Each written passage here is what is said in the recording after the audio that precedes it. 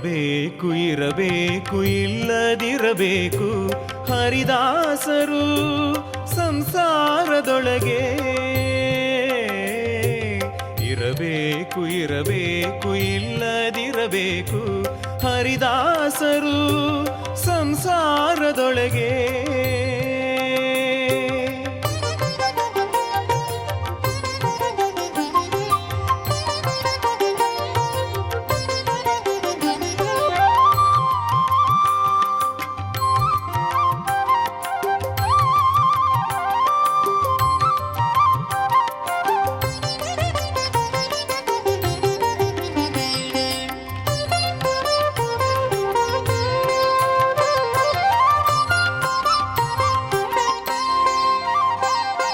ಮಕ್ಕಳು ಮತಿವಂತರಾದರೆ ಮನೆಯಲ್ಲಿ ಅಕ್ಕರೆಯಿಂದಲೇ ಕೂಡಿರಬೇಕು.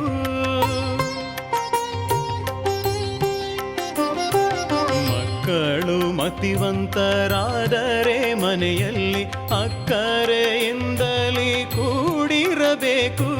ಚಿಕ್ಕತನದಿ ಬುದ್ಧಿ ಬೇರುಂಡನಾದರೆ,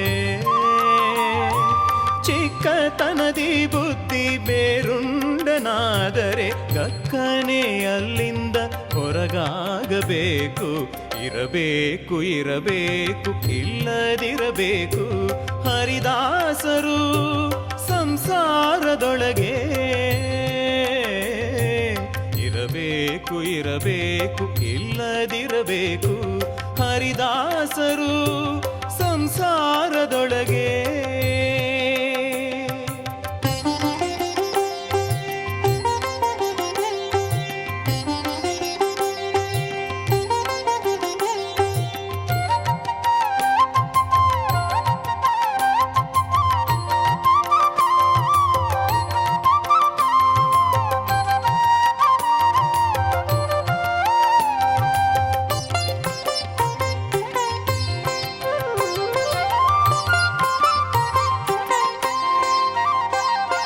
ದುಷ್ಟರ ಕಂಡರೆ ದೂರವಿರಬೇಕು, ಶಿಷ್ಟರ ಕಂಡರೆ ಕೈ ಮುಗಿಯಬೇಕು. ದುಷ್ಟರ ಕಂಡರೆ ದೂರವಿರಬೇಕು, ಶಿಷ್ಟರ ಕಂಡರೆ ಕೈ ಮುಗಿಯಬೇಕು. ದಿಟ್ಟ ಶ್ರೀ ಪುರಂದರ ವಿಠ್ಠಲರಾಯನ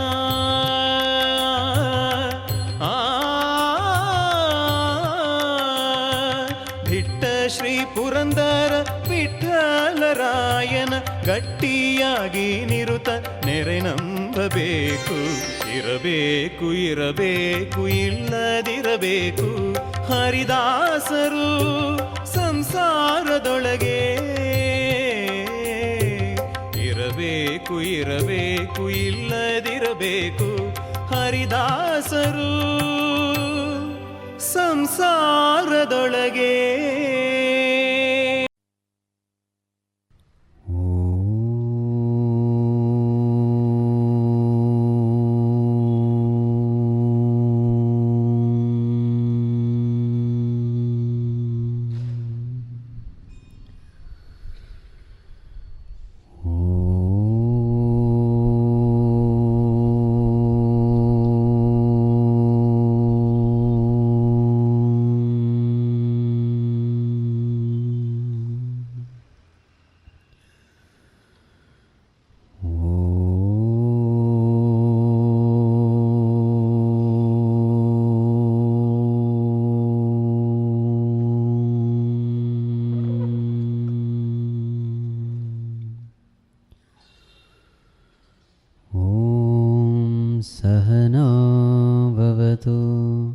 सहनो भुनक्तु सह वीर्यं करवावहै तेजस्विनावधीतमस्तु मा विद्विषावहै।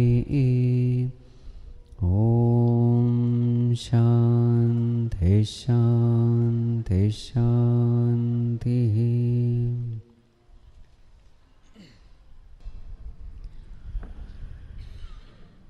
ॐ यं Brahma वरुणेन्द्ररुद्रमरुतश्रवस्तमो इन्द्ररुद्रमरुतः स्तुन्वन्ति दिव्यैस्तवैः वेदैः साङ्गपदक्रमोपनिषदैः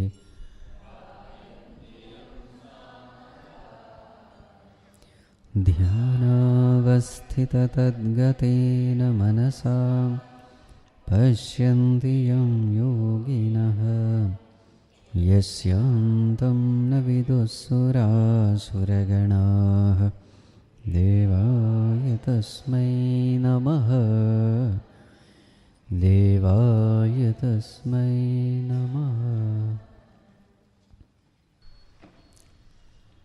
Let us chant from verse number 26.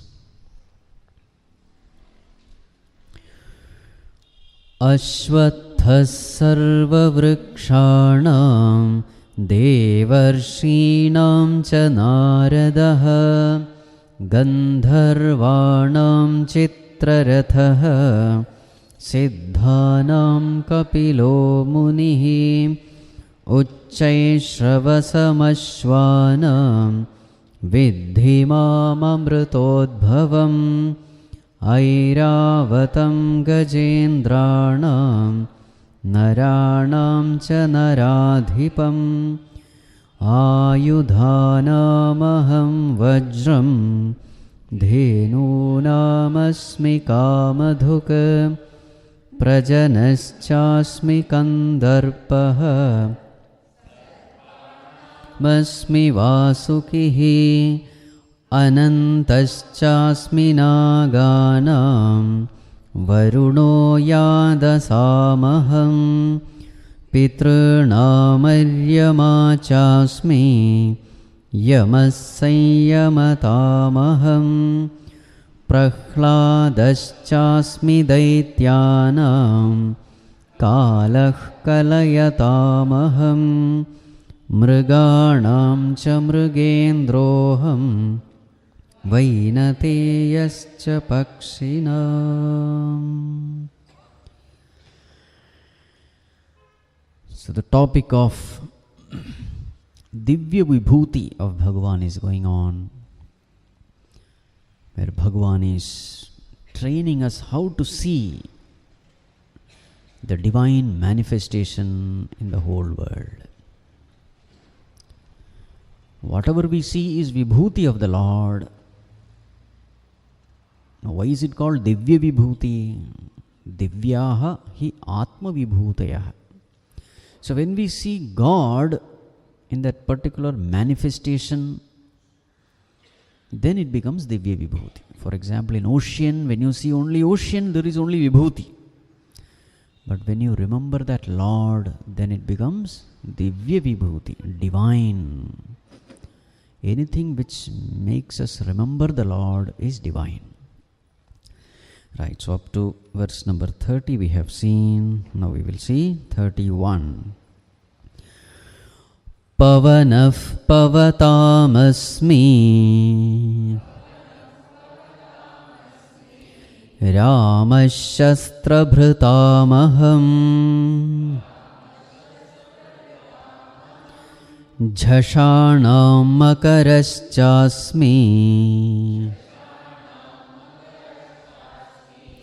Srotasamasmi Jāhnavī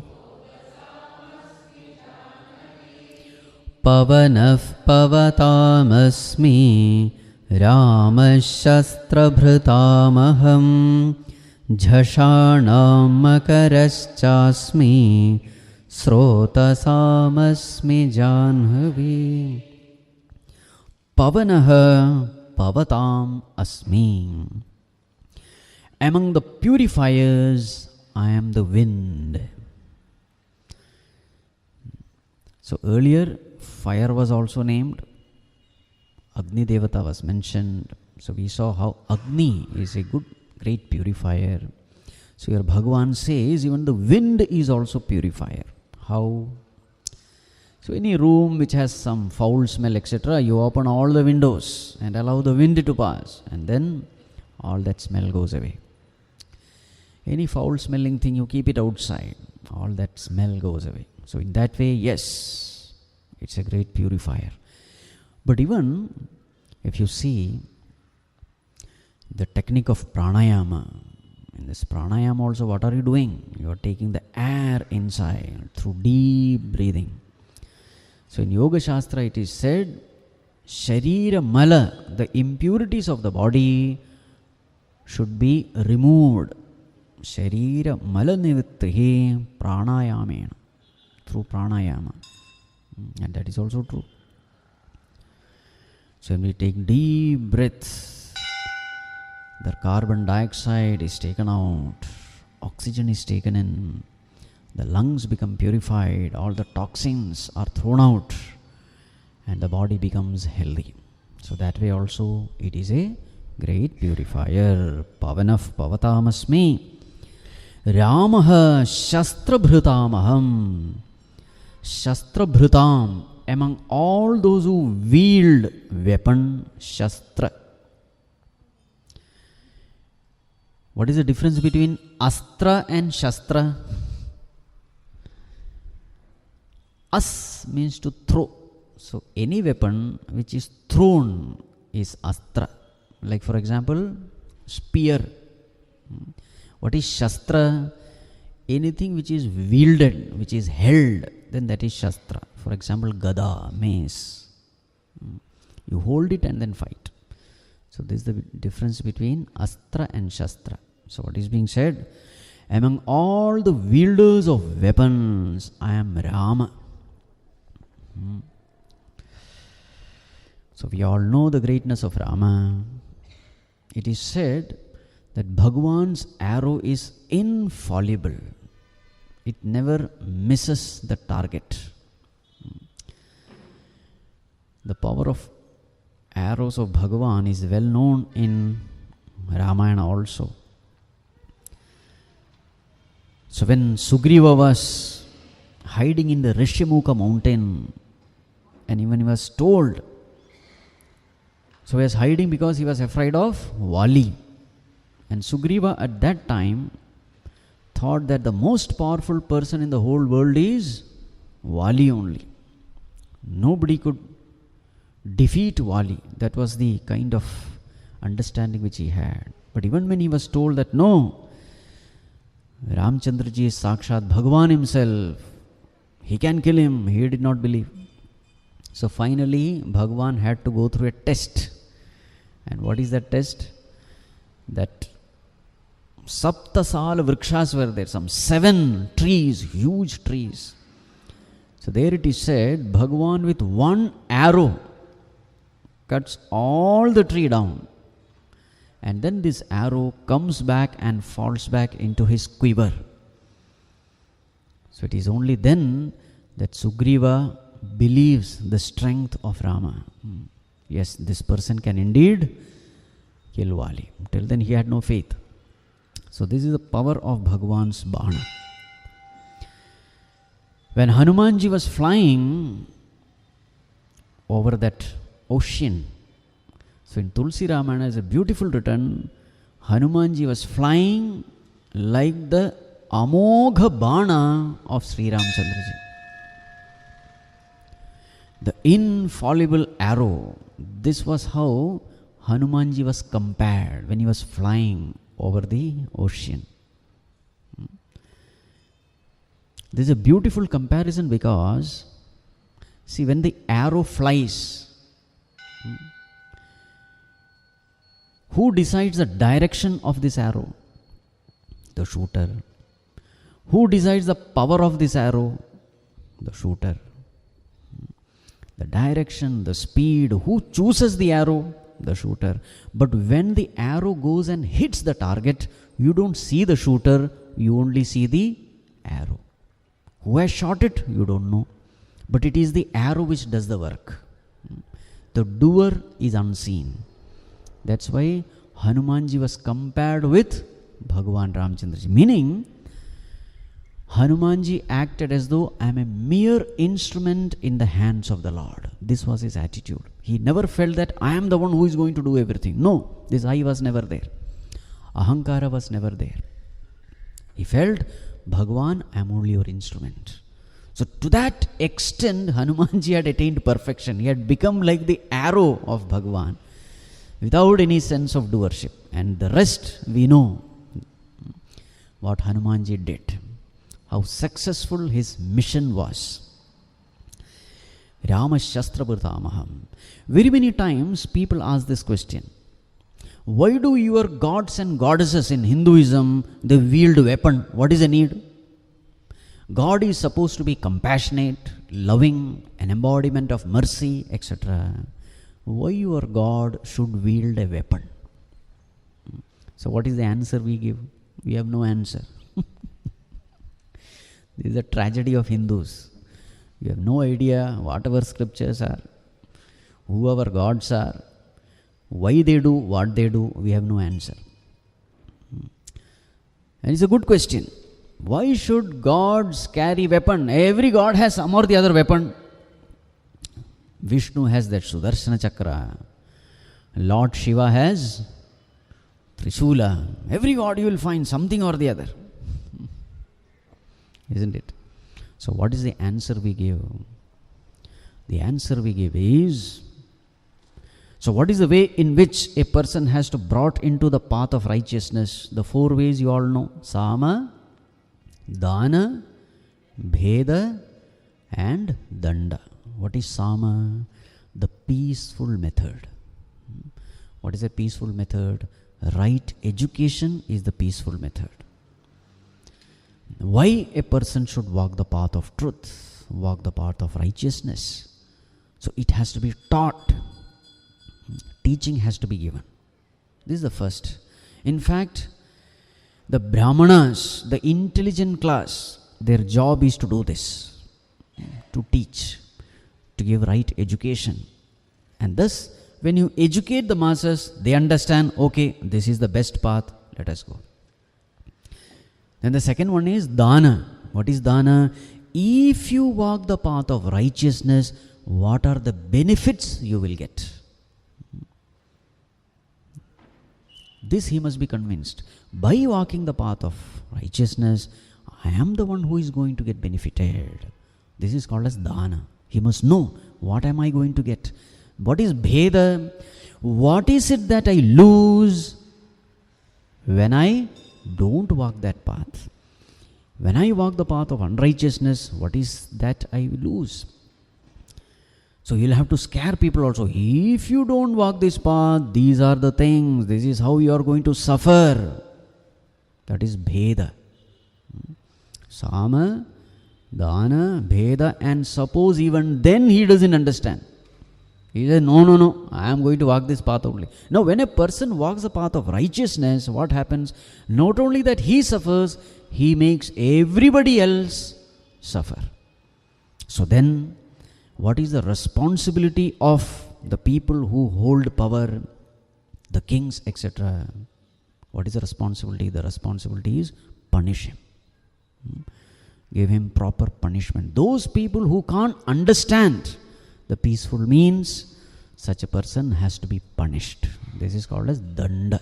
And to punish, what you must have? You must have weapons. So weapon is not the first thing to be used. Our gods are all very compassionate, very loving, but compassion and love will not work in some cases. If you take the avatars, Rama-avatar, how many times he has given opportunity for Ravana to correct himself? How many opportunities? Not one or two. So many messengers were sent one after the other. Hanumanji himself went, gave the advice. Vibhishana gave the advice. Later Angada gave the advice. Even during the battle when he was losing everything, there was a time when, Meghanatha was dead, Kumbhakarna was dead, everybody was dead. Only Ravana was there. Even then, at that time also Bhagavan said, Ravana, if you surrender, I will free you. Opportunity was given again and again. And when this person did not listen, finally, Bhagavan has to use Kodanda. Isn't it? Same with Krishna avatar also. How many opportunities were given? Bhagavan himself went as a messenger. Duta. And so many compromises also. Okay, no problem, even if half the kingdom is not given, just 5 villages you give. Let us solve the matter, because war is something where it is going to be terrible. It's going to be big loss. Women are going to become widows. Children are going to become orphans. The consequences are terrible. So, in so many ways they try to evade war. But this person did not listen. Then Bhagavan said, fine. In that case, we will have to wage the war. So then, this war is called Dharma Yuddha. Yuddha also can be dharmic. Very many people think Yuddha always is adharmic. No. There are very many times when Yuddha is dharmic. If you see all the Puranas, all the Yuddhas done by these Mahatmas, they are all the great people, Raja Rishis. They are all dharmic Yuddha. Dharmic Yuddha means what? Yuddha meant for Dharma. For establishing Dharma, sometimes Yuddha is necessary. Sometimes violence is necessary. It is exactly like, I have given this example before also, in the body you have some wound. You try all peaceful methods, applying medicines and this and that, in order to heal the wound. But suppose the wound is not healing and it is spreading to the other parts of the body. What will you do? When there is no choice, you just cut off that limb. That is a violent method. But that violent method you will use only when all the other peaceful methods have been exhausted. So this has to be clearly understood. So just like in the body, we eliminate a limb. It is not that I don't love that limb. But when one limb becomes a threat to the entire body, then it becomes dharmic and righteous to eliminate that limb. In the same way, in the society, war is needed. And when war is needed, you will have to wield weapons. There is another reason also why Bhagavan wields weapon. Now this is another symbolic reason for the spiritual seekers. What is it? Bhagavan Vishnu's weapon is called Su-darshana chakra. So what do these weapons do? They destroy the impurities of the heart of the devotee, kama, krodha, etc. So it's a symbolic representation. The Lord, through his weapon, he destroys all negativities in the heart of the devotee. And what does he give? Su-darshana. What is Su-darshana? Darshana means vision. Su-darshana means right vision. And what is right vision? When you see the Lord in all beings, then that is right vision. When you see oneness in plurality, then that is right vision. When you see Bhagavan alone everywhere, then that is right vision. When you see only plurality, when you are caught up in the names and forms, then that is not right vision, that is delusion. So Su-darshana is a weapon which destroys the ignorance in our heart and gives us this right vision, right understanding about life. So it is nothing but knowledge. So this way we have to understand. In the 3rd chapter, if you remember, there was this, what you call, Srishti Chakra mentioned, cosmic cycle. What is that cosmic cycle? Annad bhavanti bhutani, parajanyad annasambhavaha, then Yajñād bhavati parajanyah, Yajña karma samudbhavaha. So all beings are born from food. Food comes from rain, and rain comes from Yajña karma, and Yajña karma comes from, now this is a chakra. Yajña karma comes from all the beings. So only when the beings do Yajña karma, there is a perfect functioning of the cosmic cycle. Now what is Yajña karma? So when all people, human beings, when they perform their responsibilities, duties, as a worship of the Lord, for the welfare of all, without any ego and egocentric desires, with a clear understanding that whatever abilities, talents, etc. are given to us, it is all given by the Lord. So therefore, let us live a life to please the Lord. In this way, in a spirit of cooperation, when people come together without any competition, without any egoistic clash, for the welfare of all, pouring out their God-given talents and abilities, performing all their duties as a worship of the Lord, then those actions are called Yajña karma. So when all people, we all do Yajña karma, what happens? The cosmic functioning becomes perfect. This is one of the responsibility of the king. This is how he has to inspire his people to live life. So what is said in Bhagavad Gita? When all of us, when we perform Yajña karma, what happens? It is said, rain comes. Now what is rain? All the cosmic functioning is called rain. So it is said, when Yudhishthira was ruling the country, rain was perfect, 2 months, how much ever it was needed. There was neither ativrishti nor anavrishti, too much of rain or no rain. Both are problems. When Yudhishthira was ruling the kingdom, he himself was a righteous king. So he used to inspire others also in performing actions like this way. So it is said there in Bhagavatam, the cow's udder used to be so full of milk that it used to just drip. So much.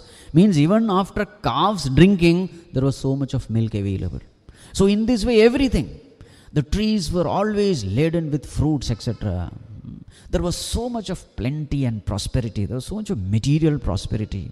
So this is how the cosmos reflects our noble attitude.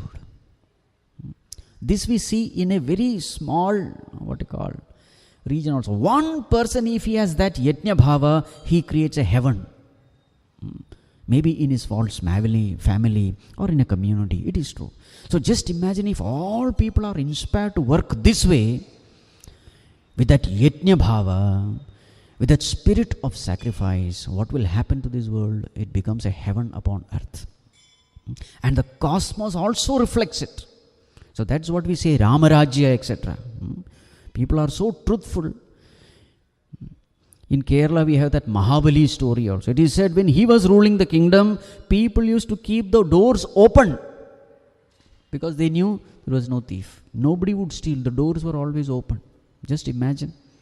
When people have this kind of attitude of goodness, the cosmos also reflects with lot of plenty and prosperity. It blesses us. That's what is said in Bhagavad Gita. Parasparam bhavayantaha shreyah paramavapsyatha. You with your good attitude perform all your actions as a worship of the Lord. Then the cosmic forces, the devatas, in turn will bless you with plenty and prosperity. Then what happens? The cosmic cycle functions properly. When people do Yajña karma, from Yajña karma comes rain, from rain comes food, and from food comes all the beings. They are healthy, they are happy. This is how the whole cosmos should function. But suppose the beings, they start living a selfish life, then what will happen? This cosmic cycle gets paralyzed. What do you mean selfishness? I don't care about others, I only care about my needs, my comforts, my convenience. I don't care about the future generation. I don't care about the environment. I don't care about it. This way, when people start living a selfish life, what happens to the cosmic cycle functioning? It gets jammed. This is when the scriptures say, this is when the calamities, natural calamities strike earth. It can be tsunami, it can be earthquake, it can be all kinds of things. Where thousands of people die. When does it happen? The scriptures say these things happen when there is absence of Yajña spirit amongst the people. So this is when we say Bhagavan's weapon strikes. He gives enough opportunity, but when the people are not able to change their selfish ways, he will have to use his weapon. Now don't think that weapon has to be in the form of bow, arrow, trishula, etc. These are all weapons only. Tsunami, earthquake. Now what is that? Coronavirus. That is also a weapon. What is that virus? You see the story behind. You are not bothered about the living beings who are lower to human beings. In our scriptures, we talk about 5 yajñas, Panchamaha yajña. What are they? We have discussed this. Brahma yajña, Deva yajña, Pitru yajña, Nr yajña and Bhuta yajña. We are grateful to all these 5. We must be grateful. Grateful to the scriptures, the teachers who have given us the knowledge. Grateful to the environment which is supporting us, the life, sustaining life. And third one, our ancestors, because of whom we are what we are, because of their sacrifice. And the fourth one, we must be grateful to all the human beings, because of whom we have all these comforts and conveniences. And the fifth one is Bhuta. What is Bhuta? All the living beings. It can be animals, it can be insects, it can be birds. So it is our responsibility to take care of them. Now what is happening in China? Forget about taking care of them. You just catch hold of them and chop and eat. If this is what is happening, it is against the law of nature. When such things happen, human beings are considered to be the crest and crown of creation. So what are they supposed to do? They are supposed to protect all beings, because all beings are necessary for the efficient functioning of this cosmos. All beings have their role. So when we selfishly live our life, then these things happen. Ramaha shastra bhrutam aham jhashanam makaraschasmi. Jhashanam. What is jhashanam? Among all the aquatic creatures, I am Makara. What is Makara? Now, various commentators have various answers to this. Some say Makara means crocodile. That's fine. Some others say no, Makara means the most dangerous creature in water. What is that? They say shark, which can chew a human being alive. But some others say, as far as the size is concerned, Makara has to be understood as that whale, blue whale, which is around 30 times bigger than an elephant, they say. Now, what is this Makara? We don't know. These are all various kinds of commentaries written by the masters. So, we can take any of this. So, among the aquatic creatures, I am Makara. Then, Srotasam asmi Jāhnavī. Among Srotas means what? Rivers. Among the rivers, I am Jāhnavī. Who is Jāhnavī? So, we have seen the story. How did Gangā get the name Jāhnavī?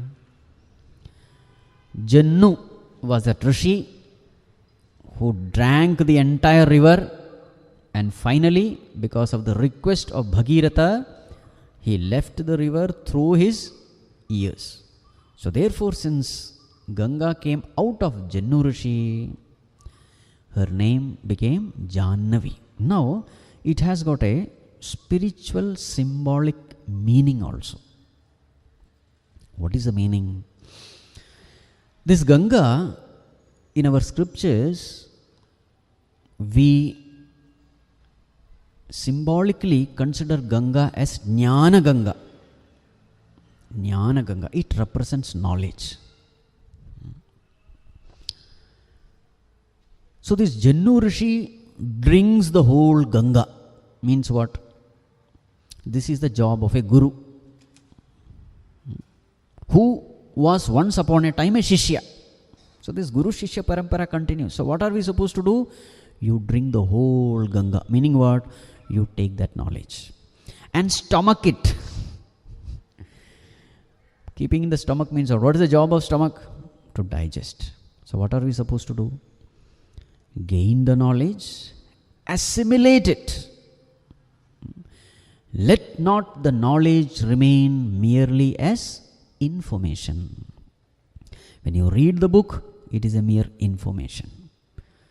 So this information should become transformation in our personality. So when we digest that knowledge, when that knowledge become a part of ours, what is the proof that this knowledge has been digested? The proof is we are able to behave based on this knowledge. We are able to apply this knowledge in our thought, word and deed. Then we say this knowledge has been well assimilated. In the modern language, when you are able to respond to situation based on this knowledge, when you are not merely reacting. A person may have the knowledge, but if it is in the mere information form, he will keep on reacting to situation. What is reacting to situation? Reacting to situation means handling the situation instinctively without using the knowledge. What is responding to situation? You are able to use the information, use the knowledge, and you are able to apply the knowledge while handling different situations. So intelligently you handle situations. With a peaceful mind you are able to handle situation, and you beautifully handle it. So what happens? Before handling the situation also mind is at peace. After handling the situation also mind is at peace, because you have intelligently handled it. How you could intelligently handle? Because knowledge was there with you. So what is the proof that knowledge has been well digested? When you are able to apply your knowledge in every situation, then we say you have assimilated the knowledge. Then we say the personality has transformed through this knowledge. What kind of personality we should have? A sweet personality, a cheerful personality. This is what the knowledge does. So when we say Jñāna rishi drank the entire Gangā and he kept it in the stomach, what does it mean? So this is what we also have to do.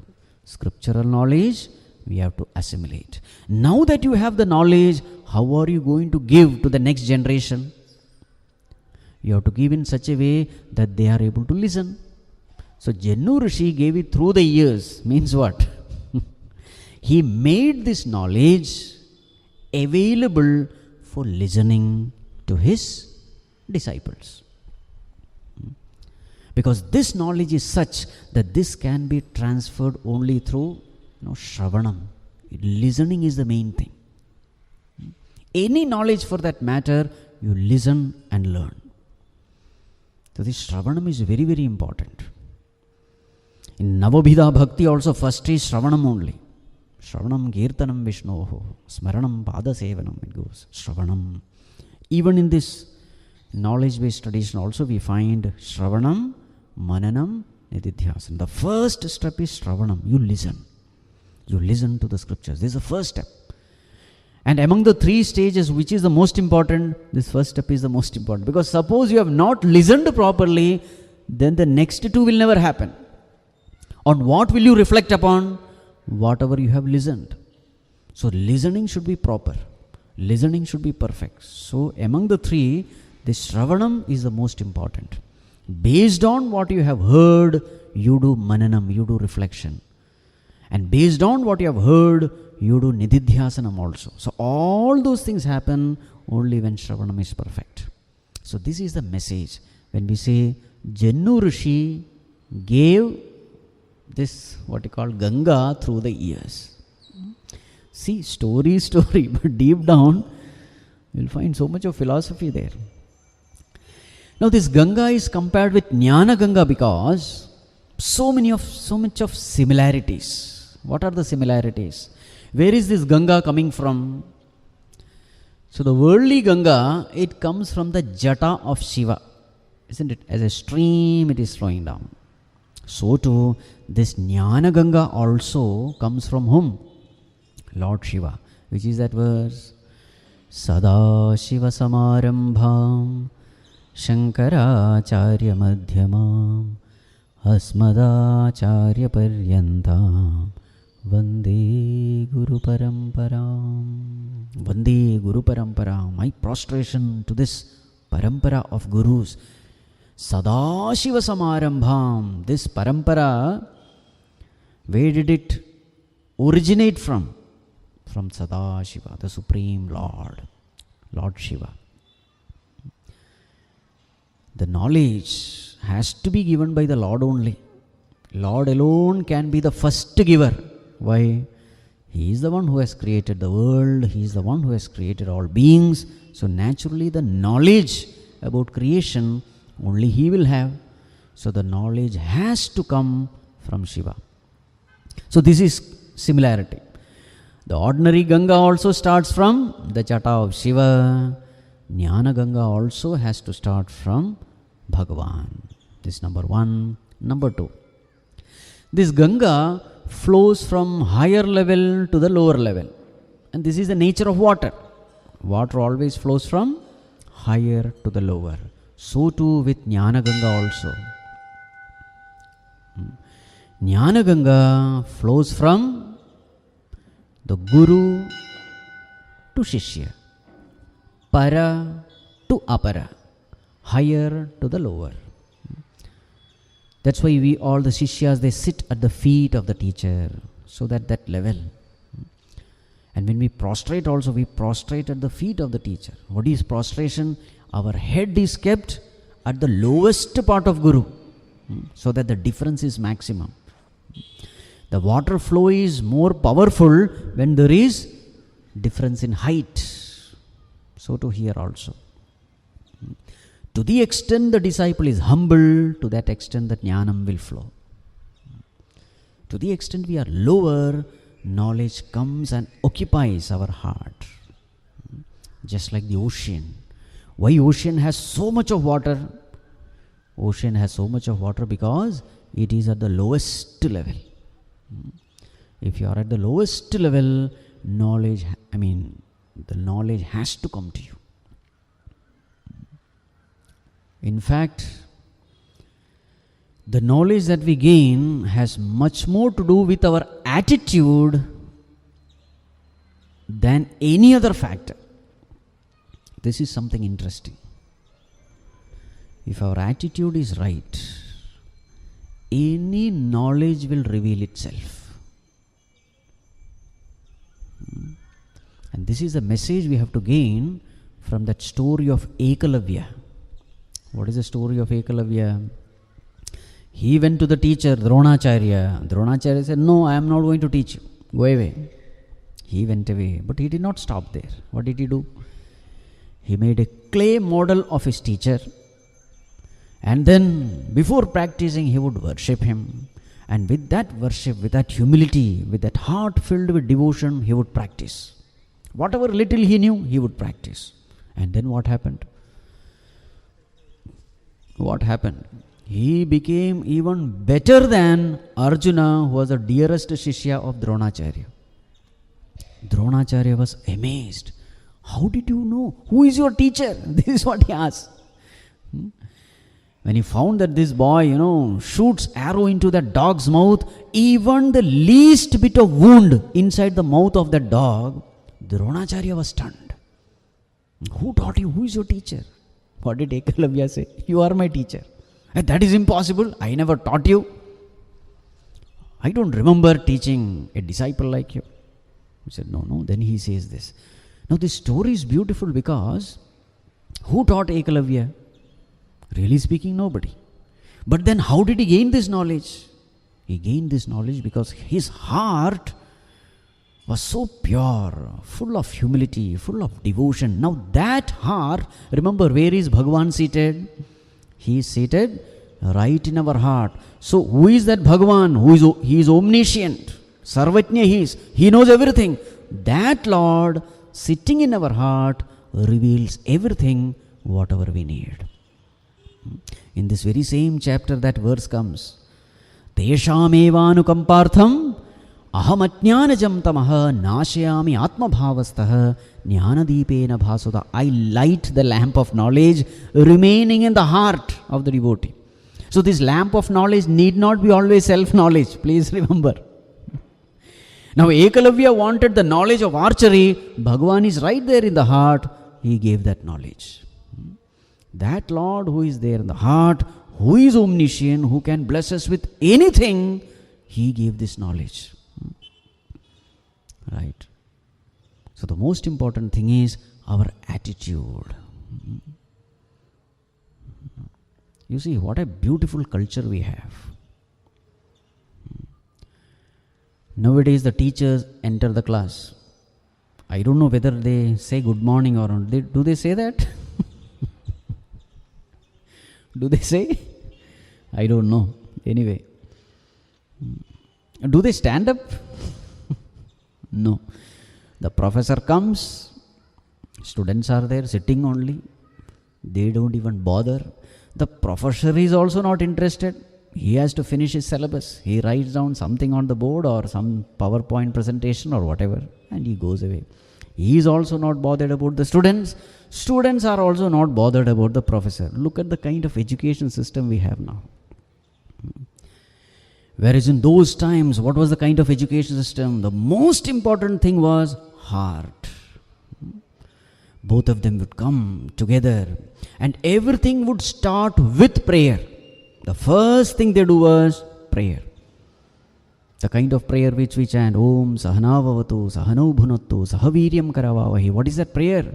The prayer says, O Lord, may both of us, the teacher and the taught, may both of us be protected.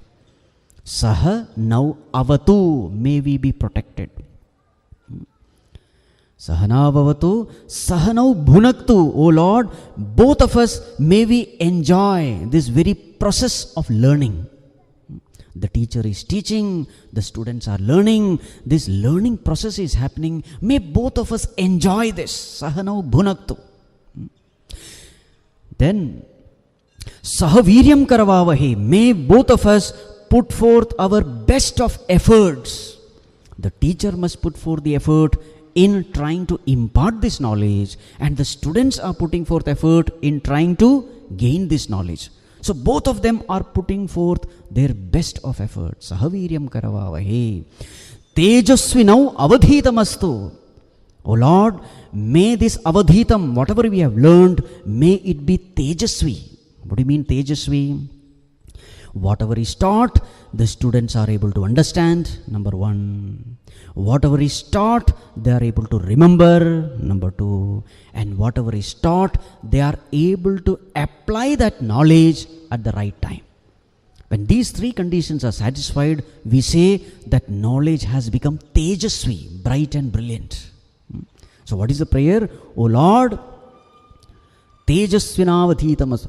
Whatever we have studied, let it be tejasvi. And the last one says, Ma vidvishavahe, may we not hate each other.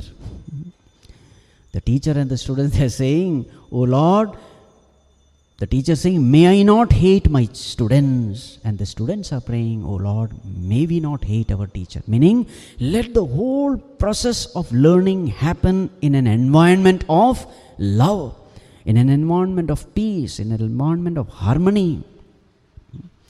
Just imagine what that culture was and now what culture is. So with prayer, invoking the grace and blessings of the Lord, the teaching would start. And that is why the Indians were the number one in all fields. What is the name of India? India's name is not India. India's name is actually Bharata. What is Bharata? Rata means to revel. The country which revels in Bha. Bha means light of knowledge. The country which revels in the light of knowledge. That's the meaning of Bharat. In those times we had such universities, Nalandas and Takshashilas. People from other countries used to come to learn. Because India was the hub of knowledge. And no patenting, etc. Nothing. The knowledge was given free. There is so much of historical evidence how the great wise people from all over the country, from different faraway places, they had come here, learnt and went. There are historical evidences. So that is the greatness of this country. Knowledge should always be efficiently supported by prayer and grace, because it is the Lord which is giving us the ability to understand. He is there in the heart, so His grace and blessing is absolutely essential. So again, coming back So what we were discussing, how the worldly Ganga is similar to this Jnana Ganga. So just like water flows from the higher to the lower, in the same way this Jnana Ganga also, knowledge also flows from the higher to the lower. A person who is arrogant, you will always find knowledge cheats him. To the extent you are arrogant, this knowledge you just doesn't gain. To the extent you are humble, knowledge comes to you. And that's why you will find that on all fields, whoever has achieved greatness in any field, you will find this one quality, they are very humble. Isaac Newton, when he was on his deathbed, somebody asked him, "Sir, you must be very proud. How many mysteries of the universe you have unraveled? You must be feeling really proud." It is said, Isaac Newton told, instead of feeling proud, I feel that I am a small child picking up some seashells, some pebbles here and there on the seashore, while the vast infinite ocean in front of me lies unexplored. These are the words of Isaac Newton, one of the greatest scientists the world has known. I don't know anything. What I know is nothing but some seashells. The infinite ocean is in front. I don't know anything.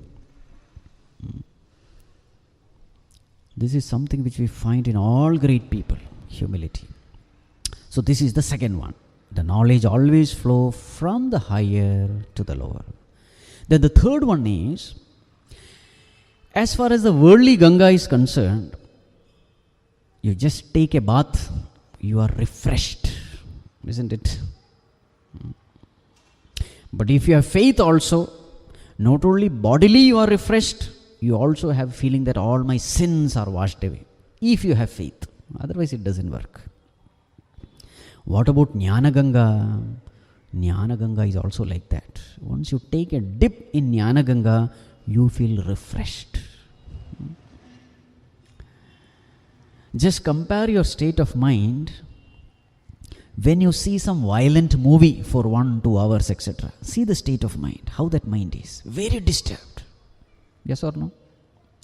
You see some program in the television after 1 hour, see the state of mind. You read the newspaper 1 hour, see the state of mind. You listen to Bhagavad Gita and such satsangs for 1 hour, see the state of your mind. It is amazing. What do you see? The mind is peaceful. Now this is called a refreshing bath in Jnāna Gangā. After listening to Bhagavad Gita, you will find the mind is so peaceful, so divine. How is it possible? It is possible because all the disturbances of the mind is because of our negative thoughts. And when we listen to such talks, our thoughts helplessly become positive, choicelessly become positive. And what is the result? When your thoughts are positive, your mind is at peace. So then we say, you have taken a refreshing dip in the waters of Jnāna Gangā. So that is also similarity. Then the fourth similarity is, this Ganga is a perennial river. Throughout the year it keeps flowing. So too this Jnāna Gangā is also perennial. It never stops. What is the proof? What is the proof that this Jnāna Gangā, even now it has not stopped? What is the proof? The proof is you are having textbook in front of you. The proof is that we have the scriptures even today. These scriptures which are written thousands and thousands of years, even today these scriptures are with us. What does it mean? Generations after generation they have made use of these scriptures, they have passed on these scriptures, and then finally it is there with us today. So this is another similarity. So this way Ganga is compared with Jnāna Gangā. Srotasamapi masmi Jāhnavī. Next verse, verse number 32. Sargānāmādirantascha madhyam chaivahamarjuna. Adhyatma vidya vidyanam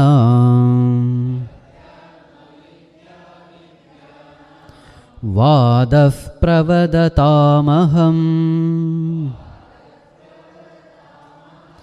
sargāṇāmādirantascha madhyam chaivahamarjuna adhyatma vidya vidyanam vādah pravadatāmaham. Sargāṇām ādihi antaha madhyam cha ahameva. I alone am the Adi, the beginning, Madhya, the middle, and Anta, the end. Of what? Sarganam, of the whole creation. I am the beginning, I am the middle, I am the end. What does it mean? So this scale, beginning, middle and end, can be time-wise scale, this can be space-wise scale. Time-wise scale means what? In the past also I alone was, in the present also I alone am, in the future also I alone will be. Verse number 20 you will find this Adi, Anta, Madhya, etc. repeated. So is it a repetition? It is not repetition. So one is time-wise, the other is space-wise. What do you mean space-wise? Can't say space, but the limits. How many worlds are there? There are 14 worlds. So what Bhagavan is saying is, from the lowest to the highest world, I alone am. So what are the 14 worlds? You don't have to remember, I'll just tell. Bhuhu, Bhuaha, Suaha, Mahaha, Janaha, Tapaha, Satyam. Atala, Vitala, Sutala, Talatala, Mahatala, Rasatala, Patala. 14 worlds are there. So what is Bhagavan saying? From the Patala to the Brahmaloka, the highest world, I alone am. Right? Sarganam, Adihi, Antaha, Madhyam. Then, Adhyatma Vidya, Vidyanam. Among all the branches of knowledge, who am I? Adhyatma Vidya. See that? Among all the branches of knowledge, I am spiritual knowledge. Why this spiritual knowledge is so special? Spiritual knowledge is the only knowledge which talks about you, which doesn't talk about something other than you. It talks about Atma. Atma means what? I. Adhyatma. Adhi Atma is Adhyatma, pertaining to Atma. Adhi Atma, pertaining to I. So what is that knowledge which is talking about my true self, the true me, the true I? It is Adhyatma Vidya. Every other subject is talking about something other than I. It is talking something of the world, maybe something of the body, maybe something of the mind. But if there is one knowledge which is talking directly about you, the true you, the real you, the permanent you, the higher you, it is Adhyatma Vidya.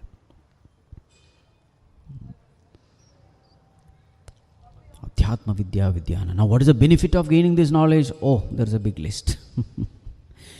Once you gain this knowledge, you become free from the cycles of birth and death. You become free from all confusions and delusion. You become one with God. You experience God. You have a sense of total fulfillment in life. That satisfaction, that fulfillment, that peace, that happiness, the joy, whatever name you give. That sense of security, the feeling of insecurity totally vanishes because you come to know there is nothing called death. Death is only for the body. So all kinds of psychological problems, it is wiped clean in one go with this knowledge. All sense of limitations and craving, it is wiped in one go. You come to know, I am already full, I am already perfect, I am already complete, I don't need anything else from the external world to complete myself. You come to know this. Therefore, this knowledge is considered to be the highest. And remember, this knowledge is mandatory. There's no choice.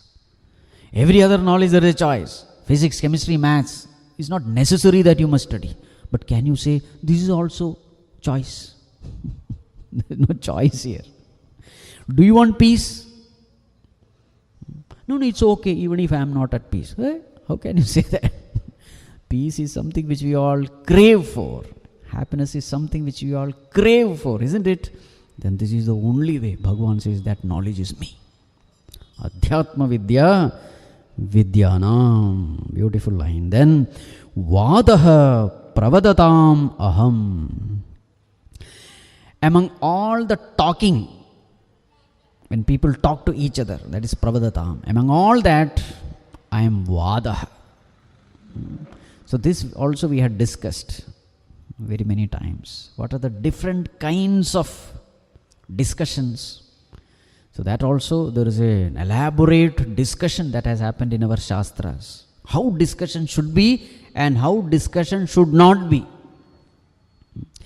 The best discussion is called Samvada. Sri Krishna Arjuna Samvade. Samvada. So what happens in Samvada? There is an enlightened man, a guru, a master, and there is a desirous seeker, somebody who is desiring knowledge. So there is a master, there is a Shishya, and now a dialogue is happening. What is dialogue? The Shishya wants to he has a lot of questions. He is asking question to the master, and the master is giving answers. A discussion is happening. So even when the Shishya is not able to understand, he will not say, my guru is useless. What will he say? He will say, scriptures are right, but it is because of my inability, I am not able to understand. So every time when he is not able to understand, he finds fault with himself. So with this way, he has a tremendous amount of love, regard, respect, reverence for the teacher, and then the discussion is happening. And this is what you will find in the entire Bhagavad Gita. There are places where Arjuna is not able to understand what Bhagavan says. He asks questions. So even when he asks questions, he says, Bhagavan, it is because of my limitation that I am not able to understand. It is not your limitation. Please elaborate. So there is so much of love and respect and reverence when that discussion happens. So this is the best form. It is called as Samvada. The next level, it is called as Vada. What is Vada? Two parties come together, there is a discussion, they are equal among themselves. But what is the purpose of discussion? The purpose of discussion is knowledge. Both of them come with an open mind. The both of them are desirous to know. And the discussion happen. And in the discussion also, when I come to know that, I have made a mistake, I openly admit that yes, here I have made a mistake. You had the right point. Thank you very much for enlightening me. I was wrong here. So you are grateful to the other person also. When you gain that knowledge, there is open-mindedness. They don't allow the ego to interfere. There is no ego here. The importance is given to knowledge. Such discussion is called Vada. That is what Bhagavan says, I am Vada. The discussion which happens among the equals with an open-mindedness, without allowing the ego to interfere. The next one is what is called a Jalpa. What is Jalpa? In Jalpa, there are two parties. There is a debate. What happens in debate? Your objective is not to know the truth. Your objective is to prove that your standpoint is right. So here, one person, he is proving his standpoint is right. The other person, he is proving his standpoint is right. They are not interested in knowledge. They are only interested in winning the argument. That is called Jalpa. So even when the other person is speaking, what is this person doing? He is preparing arguments, counter arguments for his argument. See? So even though he has understood that actually my argument doesn't carry water, actually I am wrong, but still he will try to prove that he is right. Now see, there is dishonesty there. So I am not interested in knowledge, I am only interested in the egoistic winning. So ego has taken charge. So I hold on to my argument and I hold on to my standpoint and try to prove that I am right. This is called as jalpa. And what is the last one? The last one is the worst one. It's called as vitandavada. In vitandavada, you don't have any standpoint. You just don't like the other person. So whatever that person says, it is wrong. But what is your standpoint? I don't have any standpoint. My only standpoint is this. What does he say? That is wrong. This is called as vitandavada, worst. And this is what our modern politicians are doing. I don't know how the politicians were in the past, but the modern ones, yes, definitely. They first wait for the statements given by the ruling party. And what is the name of these politicians? Opposition party. The name is also perfect. Their job is only one. What? To oppose. Whatever the ruling party says, oppose it. This is called as vitandavada, the worst. The country can never progress when such politicians rule the country. It's never possible. There is no creative discussions happening. If there is something good, immediately we should come together and say that this is good for the nation, let us move ahead. This should be the attitude. Such countries, they evolve very fast. Because reforms can be brought very fast and whatever is good for the people can be done. But when such politicians rule the country, it becomes very difficult to take the nation forward. Vitandavada. So among all the vadas, who am I? In English, samvada is called dialogue. Vada is called discussion. Jalpa is called debate. And vitandavada is called argument. So what do you find in Lok Sabha and Rajya Sabha is so Bhagavan says, among pravadatam, among people who are coming together and talking, I am vada. Why Bhagavan did not say samvada? So here we have to understand samvada and vada together. Both. But vada is something which happens very common. For samvada, etc., you need an enlightened master and the discussion. Very rarely it happens. But vada is something which happens very commonly. Maybe because of that reason, Bhagavan has used the term vada here. Now the next one, verse number 33. Aksharanamakarosmi dvandvasamasika cha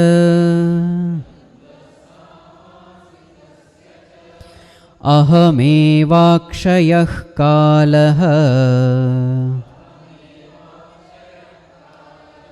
dhataham vishvato mukhah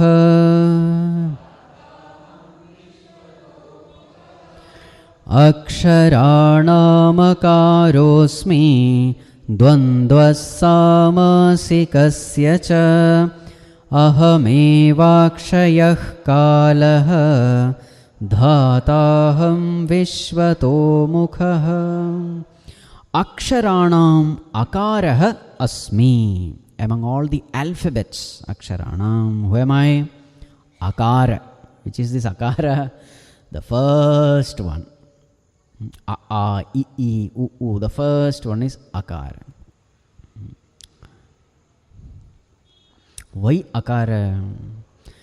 Because this is the fundamental alphabet. If a newborn child has to start speaking, the child has to start speaking with A only. When you want to teach a child, what is the first letter? A. This letter is considered to be the fundamental. In fact, without uttering this letter, you can't utter any other letter. Because the minimum thing necessary to utter a letter is present here. What are the minimum things necessary? You have to open your mouth and you have to pass air through your throat. Letter. This has to be done for everything. All the letters are the modification of A. You modify your lips, it becomes U. Lips are modified. Then with the tongue, you touch different parts of your upper palate, and then different sound comes. Then you pass air through your nose, the nasal alphabets come. It's very interesting to see how different alphabets come out. Just observe. Then you will find how scientific our Indian, method of organizing the alphabets, how scientific it is. Especially the Sanskrit, the mother of all languages, how beautifully they have put. Kakha gaganga, cha cha cha cha. You do this exercise. Utter each word and see what is happening. What is happening to the tongue? What are the places where it comes in contact with? What do you do with the throat? What do you do with the lips? You just observe this, and then you will find an amazing, how scientifically, how beautifully we have arranged all the letters. There is so much of perfection in it. That's the greatness of India. Everything is perfect. You see English language, what is the first letter? A. A is not the first. A is the first. Because there is a modification in A. That is how you get A. Yes or no? It's not perfect. It's not scientific. You may disagree with me. I don't care. You see the two letters J and G. It is actually one letter. It is Ja. Yes or no? Unscientific. Only 26 alphabets are there. Out of that also so many repetitions. C and S. Are they not similar? Not similar, they are same only. They are duplicate. In Sanskrit you will never find such things. It's perfect. And whatever you write, you chant or you pronounce it that way only. That's the beauty of Indian languages. English is not like that. You write something, you need a teacher to tell you how to pronounce it. It's a big headache. Then what is the purpose of writing then? The purpose of writing is so that you will become independent to utter or to pronounce that. Now you write something, you pronounce something else. Now what is the purpose of writing then? Very strange language. Indian language is not like that. The Panini grammar, it's so amazing. It is said it has come from the Damaru of Shiva. That is one greatness about Indian. Every field they bring God, and through the grace and blessings of God, the analysis is done. The research is done. That's the beauty of everything which Indians have produced. Whatever the field it may be, astronomy, mathematics, everywhere, they bring the Lord. Through grace and blessings of the Lord, you just read the story of Panini, how he brought this grammar rules. You will find the whole rules, he got it at the seat of meditation from Lord Shiva, from that Damaru itself. It's a beautiful thing. So when we see these things, you come to know how great our ancestors were. How great. In the language also, so much of perfection. How many alphabets? I think more than 52 we have. They have only some 26. Out of the 26, as I said, so many repetitions. So Aksharanam Akara, the first, the basic, from which everything is built up. Like the gold, First you have gold, then you have golden ornaments. The modification of gold is golden ornament. In the same way, the modification of A is all the other alphabets. It is the base from which you make everything. Aksharanam akarosmi. Dvandvaha samasikasya cha. Again, there is a big science called samasa. Not samosa. Samasa. Samasa. What is samasa? In Sanskrit, those who have studied Sanskrit, they know. It is how to combine two words the science of combining two or more words to minimize unnecessary usages of words, compound words we say, so that you save time, you save energy. For example, now this is called Venugopala temple. What does it mean? Actually, there is a samasa there. So in English, you put a hyphen. Whenever you want to combine two words, you put a hyphen. What is Venugopala temple? A temple where Venugopala is worshipped. Such a big line, you put it as Venugopala temple. Even this Venugopala also, two terms are there, Venu and Gopala. So if you have to write, you will have to write Gopala who is holding Venu in his hands. So all those things you put it as Venugopala. Now this is called samasa. You combine. But you will have to use your common sense also. What is chili powder? Two terms are combined. Chili is powdered, isn't it? What is turmeric powder? The powder produced by crushing turmeric. What is tooth powder? You cannot say.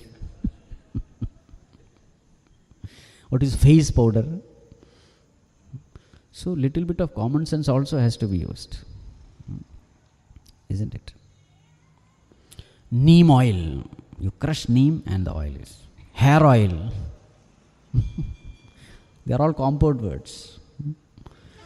So this is called as samasa. So among samasa is a big science. Now I don't want to make it a grammar class. So among samasa, I am dvandva. Dvandva is a samasa where both the terms are given equal importance. Ramaha cha Lakshmanaha cha. Rama Lakshmanau. So that becomes dvandva samasa. Combine two words. So among samasa, I am dvandva. Then ahameva akshaya kalaha. I alone am akshaya kala. Akshaya means inexhaustible, unending. Akshaya. Kala has come already. Do you remember? Kalaha kalayatamaham. Earlier it has. Among all the accountants, the one who counts, I am Kala. Earlier it has come. Now what he said here? Ahameva akshaya kala. This we will take tomorrow. Little more I have to say in that. Om sarve bhavantu sukhinah, sarve santu niramayah, sarve bhadrani pashyantu, ma kaschid dukkha bhav asato ma jyotirgamaya mrityorma amritam gamaya. Om shanti shanti shanti. Harihi Om Shri Gurubhyo Namaha. Harihi Om.